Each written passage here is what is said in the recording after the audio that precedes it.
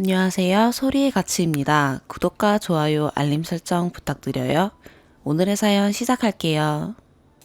남편은 회사 다니고 저는 주부입니다. 결혼 2년 차고요. 남편이 주말만 되면 하루에 20시간씩 자요. 남편에겐 주말이 있지만 전업주부인 저는 주말이라는 게 없단 생각에 서글퍼지네요. 남편이 결혼 전엔 잠 많은 사람이 아니라고 생각했는데, 아니, 심지어 잠이 많아도 사람이 20시간씩 잔다고는 생각도 못했죠. 그런데 결혼하고 보니 저희 남편은 주말에 밥 먹는 시간 빼고는 다 잡니다. 무슨 신생아도 아니고. 오늘을 예로 들자면 남편이 저녁 8시에 출근해서 새벽 4시에 퇴근해서 집에 왔어요. 로테이션이 아니라 고정으로 야간 근무합니다. 그리고 4시 반부터 자서 낮 3시 반쯤 일어났어요. 벌써 11시간을 잤죠. 일어나서 TV 좀 보고 저녁 먹더니 다시 저녁 9시에 잠들었어요. 제가 글 쓰고 있는 지금 이 순간에도 자고 있습니다. 그동안 남편의 패턴을 봤을 땐 이대로 쭉 자서 일요일 아침 8시에 일어날 겁니다. 그리고 일요일도 밥 먹는 시간 빼고는 다 자고요. 제가 어디 바람이라도 쐬러 나가자 하지 않는다면 출근하는 월요일 저녁까지 계속 잠만 잡니다. 아무튼 오늘은 제가 월경통으로 컨디션이 많이 안 좋아서 남편이랑 저녁을 배달시켜 먹었는데요. 밥 먹고 나니 문득 빨래할 게 생각나서 세탁기를 돌렸습니다. 그러자 남편이 제가 몸이 안 좋은 걸 알고서는 빨래 다 되면 너는 건 내가 할게 하더라고요. 그래서 알겠다고 하니 5분도 안 지나서 소파에 누운 채 코고네요. 제가 조금 짜증이 나서 방에 들어가서 자라고 하니 잠꼬대 하듯이 빨래 널 때 되면 깨워 하며 계속 이어서 잤어요. 그리고 빨래 끝나는 시간이 가까워지자 갑자기 스르르 일어나 방으로 들어가 잡니다. 널기 싫으면 널기 싫다고 하지 사람 놀리는 것도 아니고. 심지어 주말에 월경통으로 식은땀 쭉쭉 흘리며 빨래 널다 보니 화딱지가 나네요.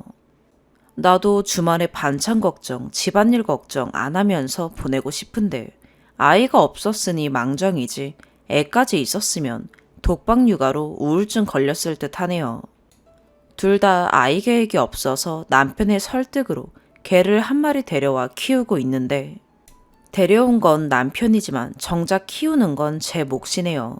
남편은 사료 한 번 산 적 없고 배변판 한 번 씻은 적 없고 강아지 밥그릇 한 번 씻어준 적 없어요.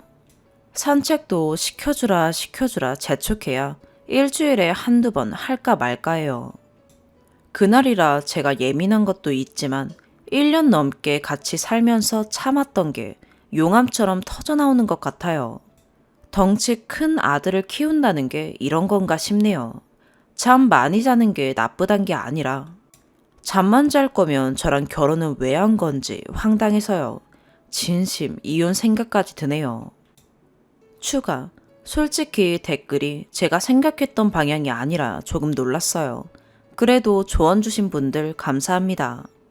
우선 제가 왜 전업이 됐는지만 좀 설명드리려 해요. 남편이 저 만나기 전에 사업 실패로 빚이 있었는데 개인 회생에서 신불이나 마찬가지예요. 그래서 결혼할 때 전세금 대출도 막히고 남편은 땡전 한 푼도 없지. 저도 그렇게 모아놓은 돈이 많지 않아서 시골로 신혼집을 잡게 됐어요. 그런 걸 다 감안해서라도 이 사람과 함께하면 행복하겠다 싶어서 한 결혼인데 잠만 자니까. 빚도 같이 갚고 있어서 저희 생활 쪼들릴까봐 남편이 야간직 간 거고요. 아까 말씀드린 대로 여기가 촌동네다 보니까 버스도 거의 오가지 않고 일할 만한데도 외곽에 있는 공장뿐입니다. 그런데 제가 결혼 직전에 혈액암 진단을 받아서 공장에서 일하기는 무리가 있어요. 병원에서는 무리한 운동 빼고는 일상생활 가능하다고 해서 맞벌이를 해보려고 했는데 일자리가 없더라고요. 아직 항암제 먹고 있는 중이고 혈소판이 부족한 것 제외하고는 모든 수치 다 좋습니다. 그치만 월경은 피가 한 번 나면 그치질 않아서 저한테 쥐약이에요. 어쨌든 변명 아닌 변명이지만 많은 분들이 제안해 주신 것처럼 이혼하려고요. 아니, 아무리 피곤해도 주말에 와이프랑 데이트 한번 하는 게 그렇게 힘든지. 결혼 후 이렇게 달라질 걸 알았으면 결혼 안 했을 텐데요. 집안일은 평일에 남편이 틈틈이 빨래 개고 쓰레기 버려주고 도와주기도 하는데 저는 그냥 각자 쉬고 각자 일하고 각자 취미하고 이럴 거면 왜 결혼을 했냐 이거예요. 뭐든 함께하고 싶어 결혼하는 거 아닌가요? 댓글에 남편이 자면 그냥 자는 대로 둔다 하시는 분들은 대체 왜 결혼하신 거예요? 궁금해서요. 두 번째 추가.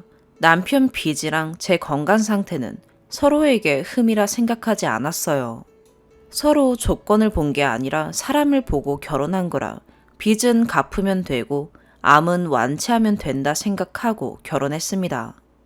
댓글에 제가 암 환자인 걸 흠으로 꼬집으시면서 남편 빚 있는 건 흠이 아니라고 하는 모순은 뭔지 둘 다 흠이 아닙니다. 무슨 암 환자가 죄인도 아니고 처음 그래서 빚 얘기와 항암 중인 얘기를 안 한 이유가 둘 다 저희에겐 큰 문제가 아니라 생각해서입니다.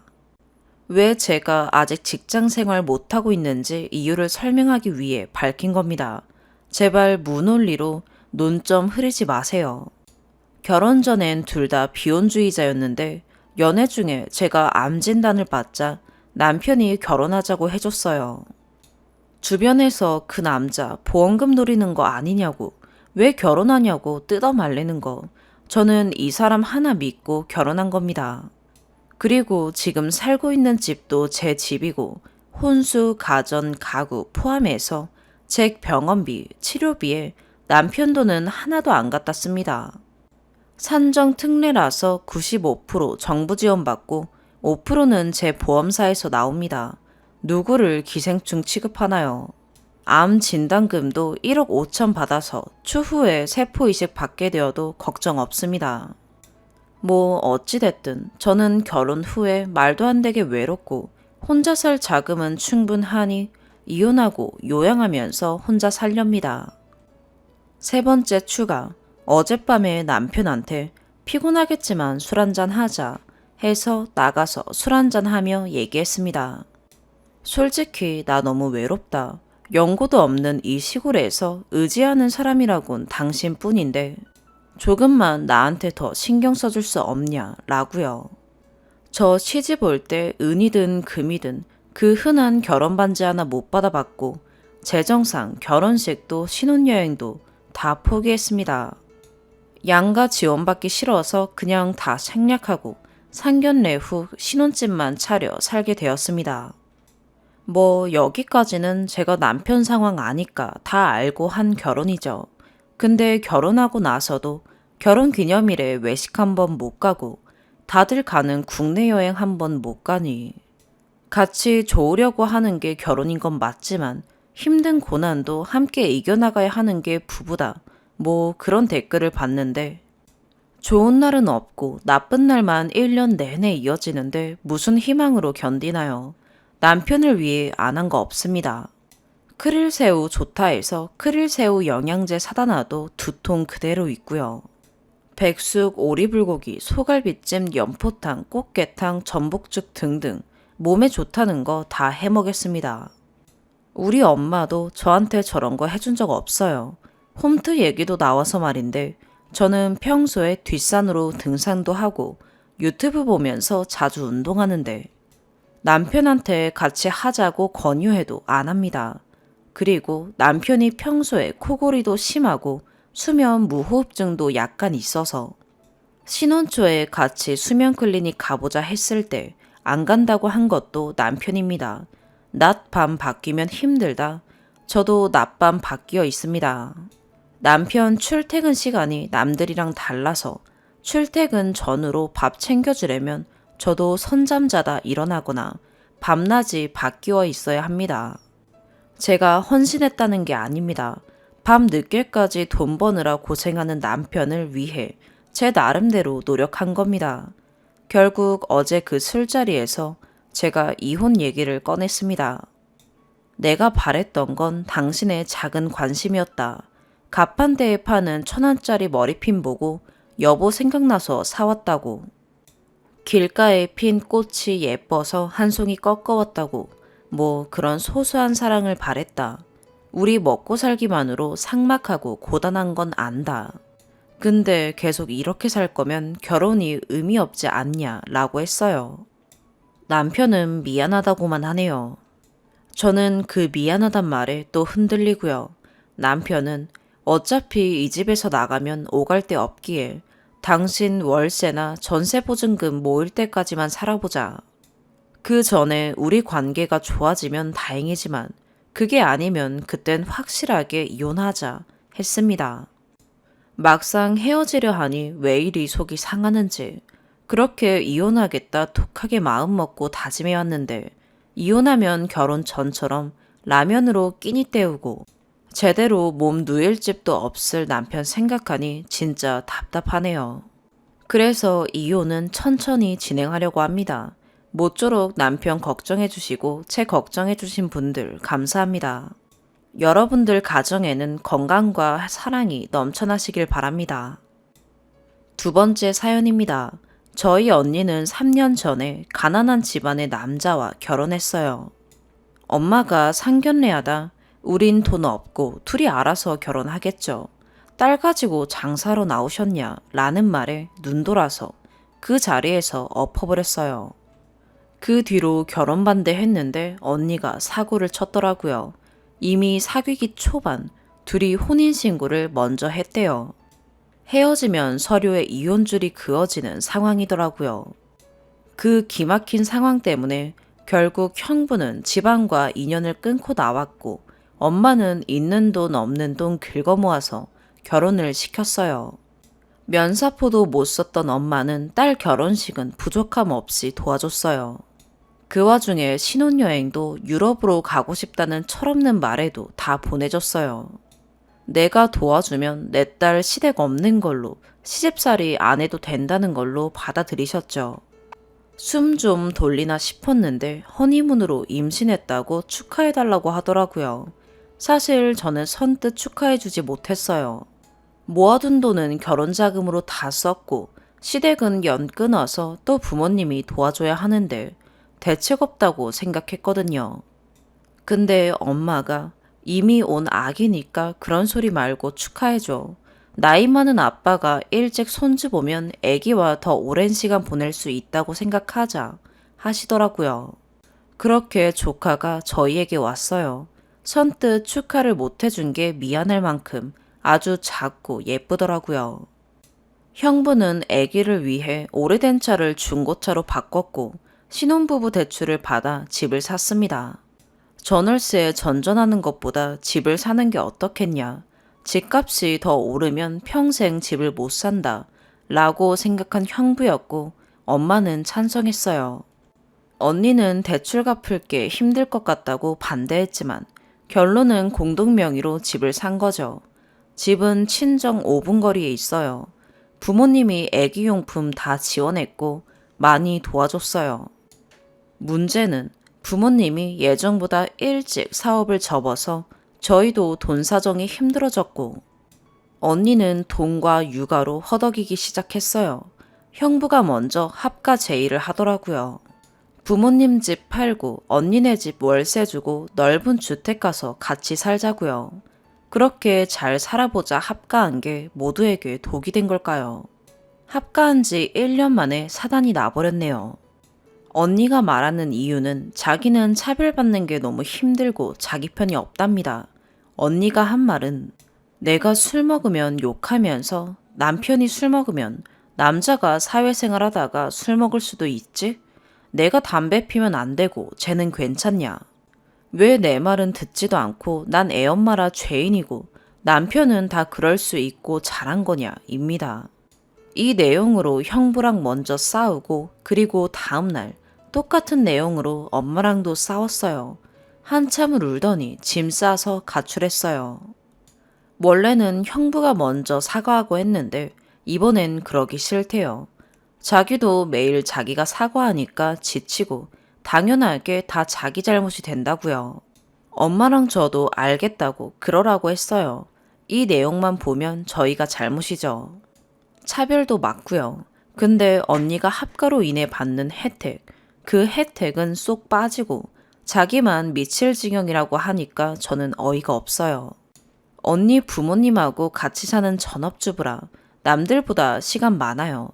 늦잠 자도 엄마랑 아빠가 애기 봐주다가 어린이집 보내고 일이 생기면 부모님이 웬만하면 애기 다 봐줘요.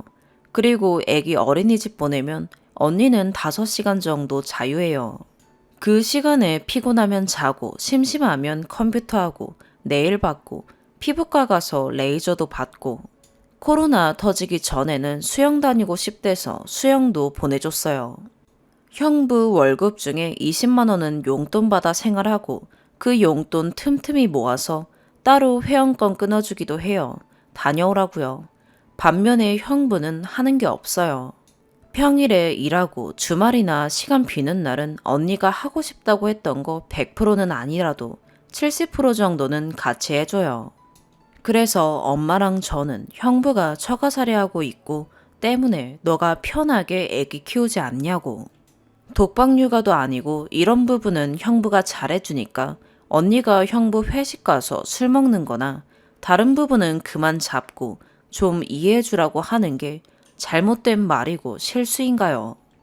제가 저렇게 말하니 저런 거 해주면 자기는 무조건 100%다 참아야 하냐고 하네요.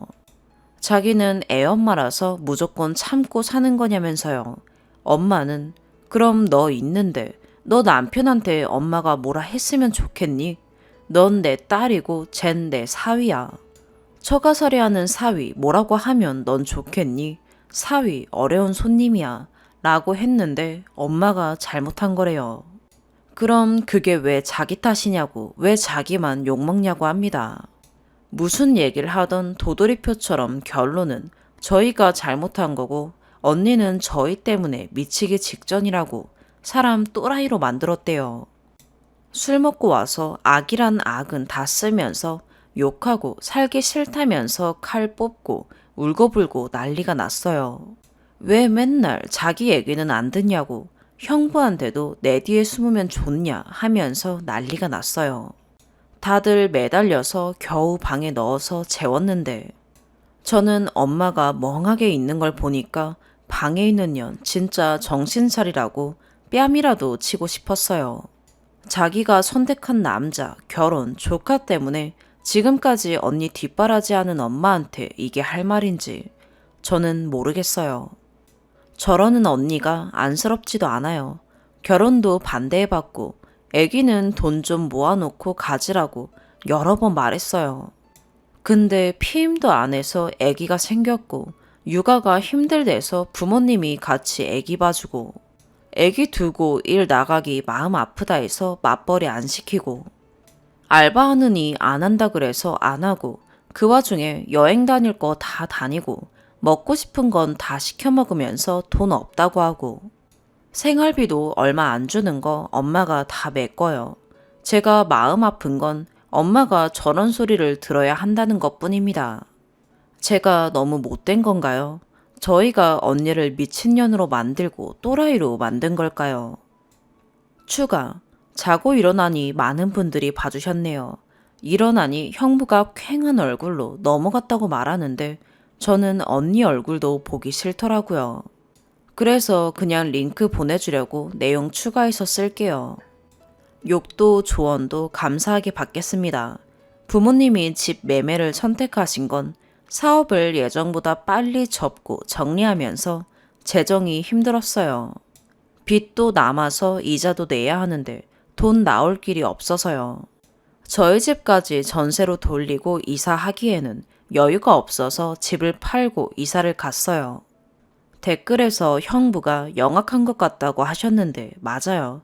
형부는 영악하고 머리 빨리 굴려서 자기 살 길은 어떻게든 찾아서 가는 사람이에요. 그래서 형부는 찍소리도 안 해요. 자기도 미안한 거 아니까요. 그래서 형부한테는 별소리 안 나오는 것 같기도 하고요. 지킬 선은 절대 안 넘고 살아요. 그런데 언니는 자기 부모님이라 편해서 그러는 건지, 진짜로 자기가 당당해서 그러는 건지, 할 말 다 하고 살고 짜증내고 싶은 거 다 짜증내고 살아요.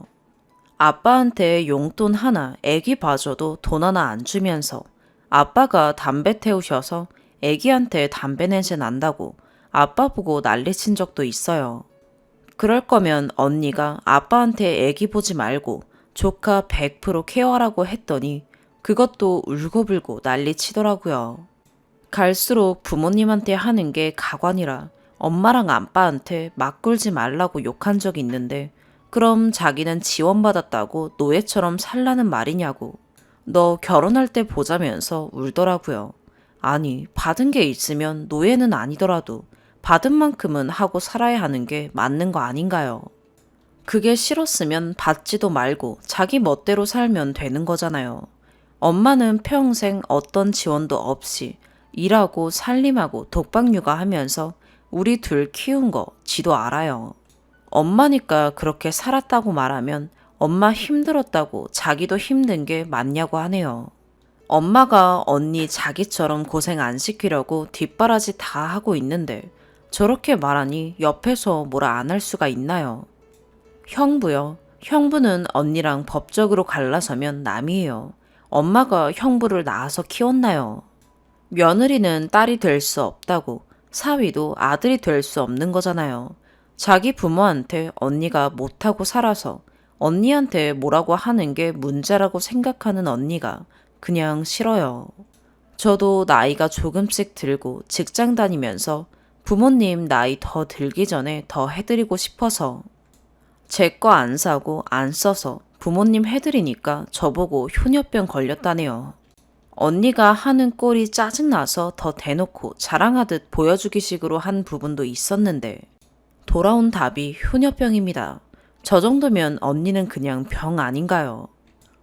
세 번째 사연입니다. 저는 25살이고 연하인 여자친구랑 1년 가까이 연애 중입니다. 다른 게 아니고 전 여자친구를 너무 좋아해요. 그런데 싸울 때마다 너무 무섭습니다. 이유는 여자친구는 조금 눈치도 빠릿빠릿하고 센스 있는 편입니다. 그리고 참 신기하게 제가 선호하는, 관심 있어 하는 것도 굳이 말을 안 해도 잘 알고 잘 챙겨주고 그랬습니다.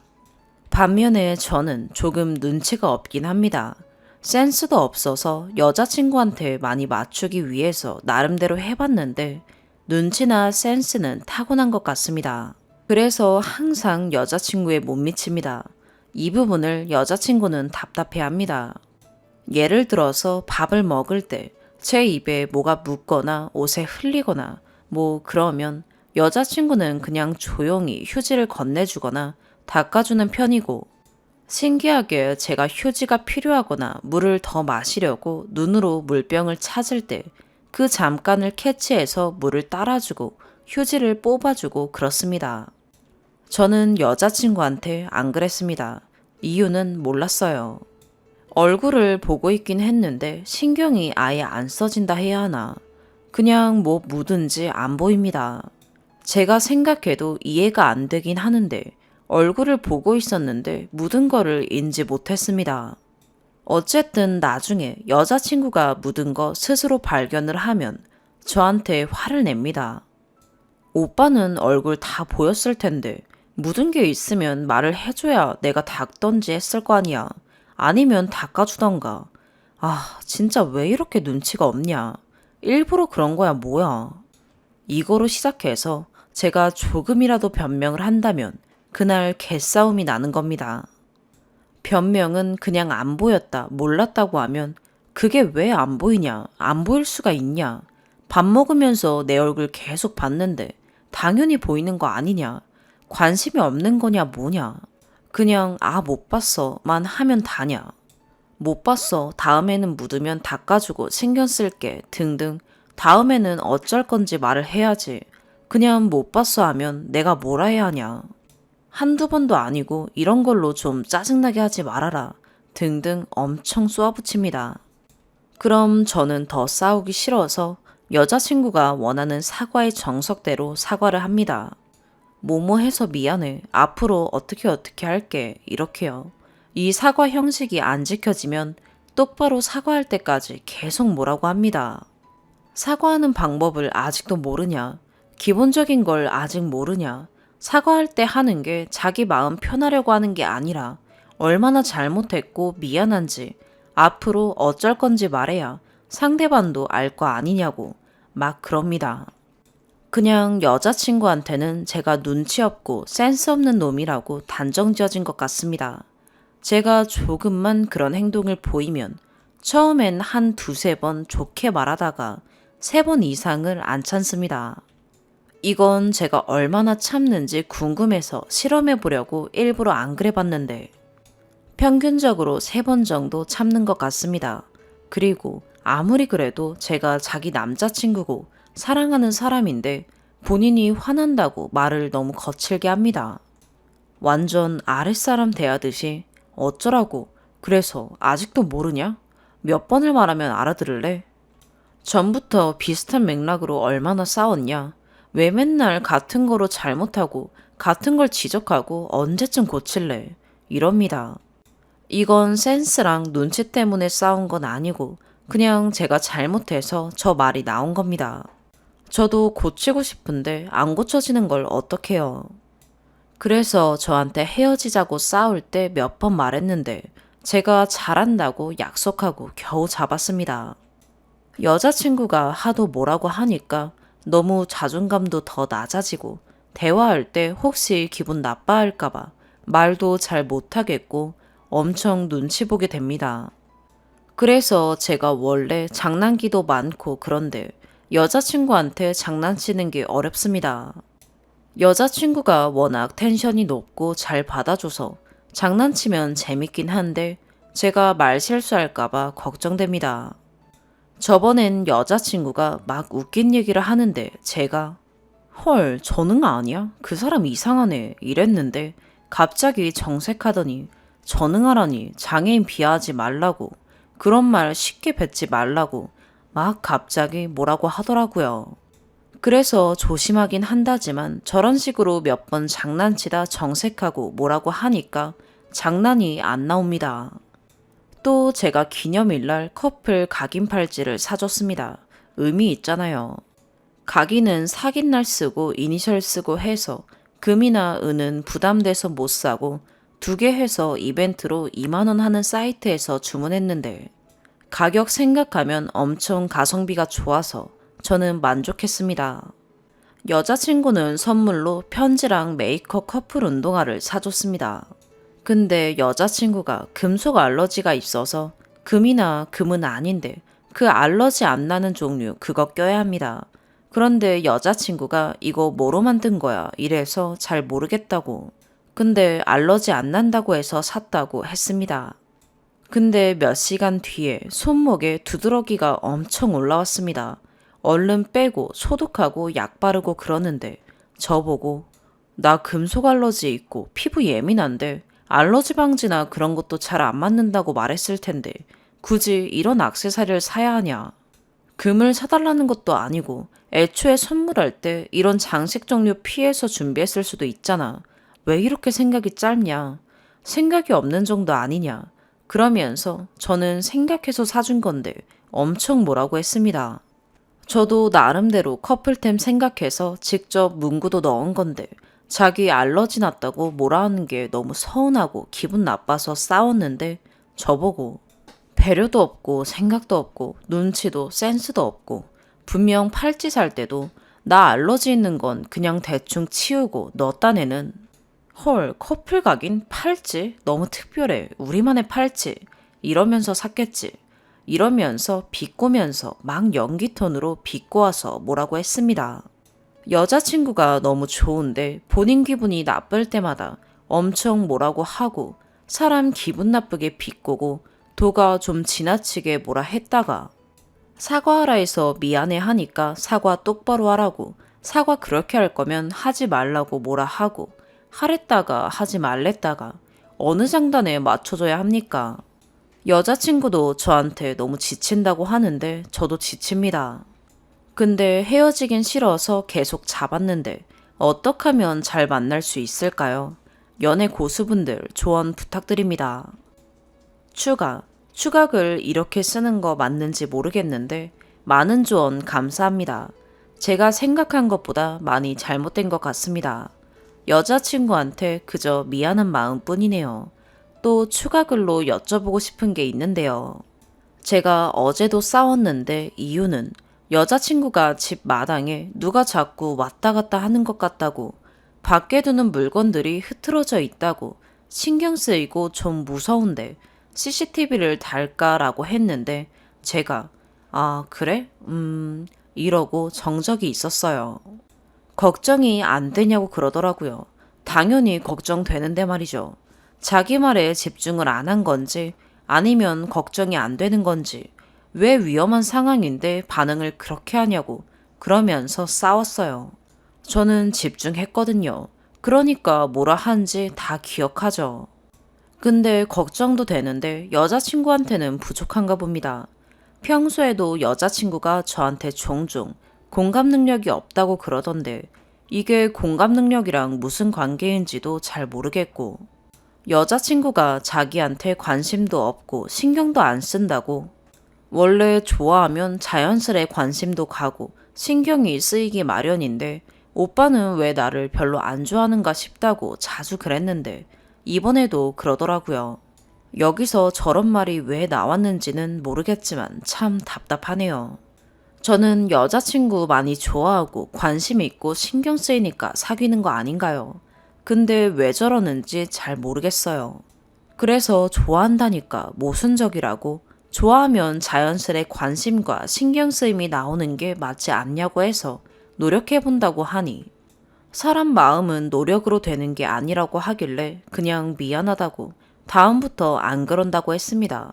좋아하면 자연스레 관심을 갖게 되고 신경이 쓰이는 게 맞는 건가요? 좋아해도 신경이 안 쓰일 수 있는 거 아닌가요? 저는 여자친구 정말 많이 좋아해요. 솔직히 주변에서 여자친구 예쁘다고 좀 잘하라고 뭐라 하고, 여자친구가 몸매도 좋아서 지나가면 조금 많이 힐끔거리고 그래서 신경 쓰이고 그래요. 저런 걸로 봤을 땐 저도 신경 쓰고 있는 건데 여자친구한테는 부족한가 봅니다. 뭐 어떻게 표현해야 할까요? 어렵습니다. 네 번째 사연입니다. 안녕하세요. 주변의 객관적인 시선으로 마땅히 조언을 얻을 어른이 없어서 이곳에 글을 쓰는 점 양해 부탁드립니다. 거두절미하고 본론부터 말씀드려보자면 저는 현재 22살 학생이고 저희 부모님께서는 제가 9살 때 이혼하셨습니다.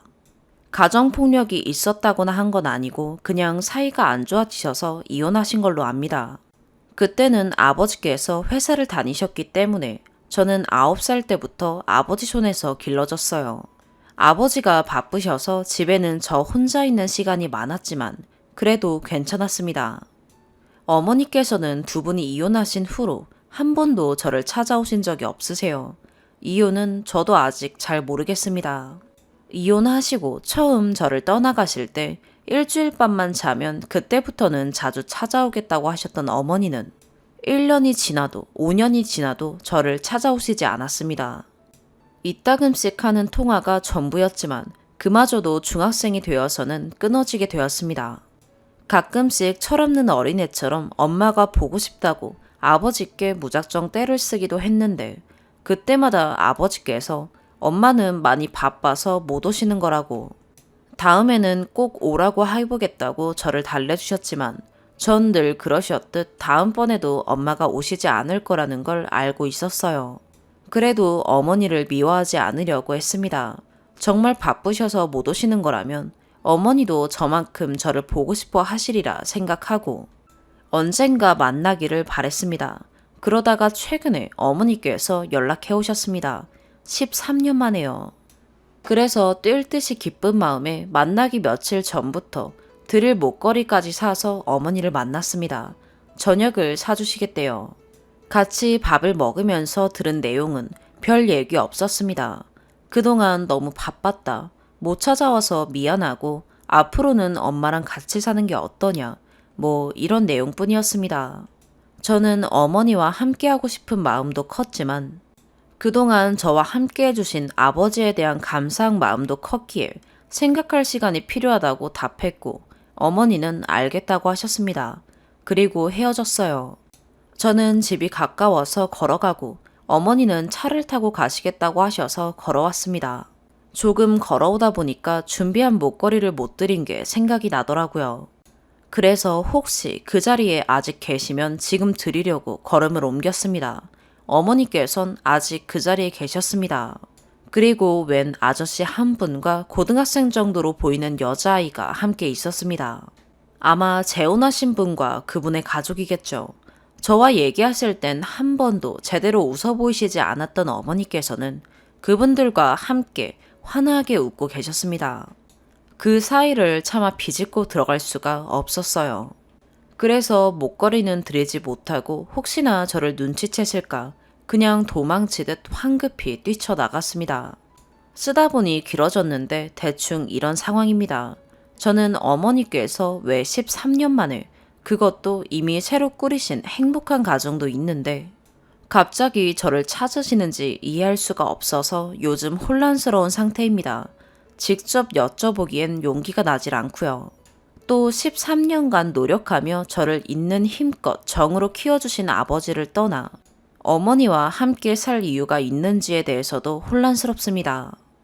그토록 보고 싶어하고 함께하고 싶어 했던 어머니인데 다시 만난 어머니의 존재, 왜 이리 저를 힘들게 할까요? 어머니만 만나면 모든 것이 동화처럼 행복하게 해결될 줄 알았던 제 잘못인가 봅니다.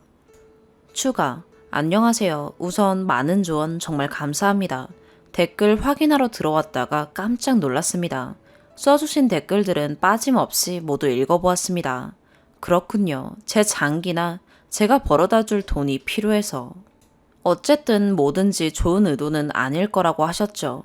대부분 어머니와 연락을 끊고 여태까지 키워주신 아버지께 효도하라고 말씀해 주시던데 그렇게 하기로 생각을 굳혔습니다. 어머니와는 천천히 연락을 끊어갈 예정입니다. 이번에 있었던 만남도 아버지께 말씀드리고 조언을 구하고자 합니다. 물론 어머니와 같이 살지 않으려고 합니다. 단지 댓글에서 조언해 주신 대로 아버지와 여러모로 많은 이야기가 필요할 것 같아서요. 어머니의 눈이 멀어 순간적으로 여태까지 키워주신 아버지를 생각하지 못했던 제 탓입니다. 조언해 주신 대로 제 가족은 아버지뿐이다 생각하고 마음 단단히 먹어야겠죠. 정성껏 저를 길러주신 아버지께 잘하겠습니다. 그러니 말은 조금만 둥글게 해주세요. 다시 한번 조언 감사드립니다. 코로나로 정신없는 요즘이지만 건강 조심하세요. 상황이 조금 정리된다면 추후에 다시 추가하겠습니다.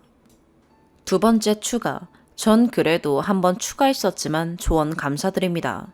전체적으로 의견이 분분하셔서 많은 분들께서 말씀하신 대로 아버지와 대화를 먼저 나눠봐야겠다고 생각하여 아버지께 대화를 요청했습니다. 제가 이혼하신 사유를 조심스럽게 다시 여쭤봤는데 사이가 나빠졌을 뿐이라고만 하시더라고요. 사실인지 더 캐물을까 생각했지만 만약 몇몇 분들이 추측하셨던 진짜 사유가 맞다면 이미 아버지께 큰 상처가 된 부분을 후벼 파는 게 아닐까 싶어서 이 이상은 묻지는 못했습니다. 어머니와의 갑작스런 만남에 대해서도 말씀을 드렸습니다. 어머니께서 최근에 찾아오셔서 같이 살자고 하셨다. 많은 분들께서 말씀하신 대로 얘기했습니다. 어머니와 연락을 끊는 게 좋을까? 저는 어머니께 가지 않고 아버지 곁에 있을 거다 라고 말씀드렸어요. 아버지는 어머니가 갑작스레 찾아왔다는 말을 듣고는 놀라신 듯 보였습니다. 한참을 생각에 빠지시더니 내 이기적인 생각으로는 너와 네 엄마가 오래 만나지 않았으면 한다. 하지만 네가 그렇게 보고 싶어 하던 엄마인데 네가 만남을 이어가고 싶다면 계속 그렇게 해도 괜찮지만 만약 현찰이나 뭔가를 요구한다면 즉시 연락을 끊으라고 하셨습니다. 저는 그렇게 하겠다고 답했어요. 아버지께서 저에게 당신 곁에 남겠다고 해줘서 고맙다고 하셨습니다. 그 말씀을 들으니 잠시나마 13년간 저를 사랑으로 정성껏 길러주신 아버지를 떠나 어머니와 살지 고민을 했던 저에 대한 죄책감이 몰려와 22살이나 먹고 아버지 앞에서 울었습니다. 제가 아직 참 철없고 어리석은 자식이라는 걸 다시 깨닫습니다. 그날 만남 이후 어머니께는 아직 연락이 없습니다. 그렇지만 추후 연락이 오게 된다면 많은 분들께서 조언하신 대로 단호하게 끊어내고자 노력하려고 합니다. 쓰고 나니 글이 다소 급진적이네요. 제 글이 이렇게 많은 관심을 받을 줄 몰라 당황스럽기도 하고 그렇습니다. 혼자 끙끙 앓는 것보다 이 편이 훨씬 좋은 선택이었던 것 같습니다. 보잘것없는 제 일에 최선을 다해 조언해 주셔서 정말 감사합니다. 제 최선을 위해 힘써주신 분들의 앞날에도 평안함만이 있기를 진심으로 기도하겠습니다. 감사합니다. 오늘의 사연 여기까지입니다. 구독과 좋아요, 알림 설정 부탁드려요. 시청해 주셔서 감사합니다.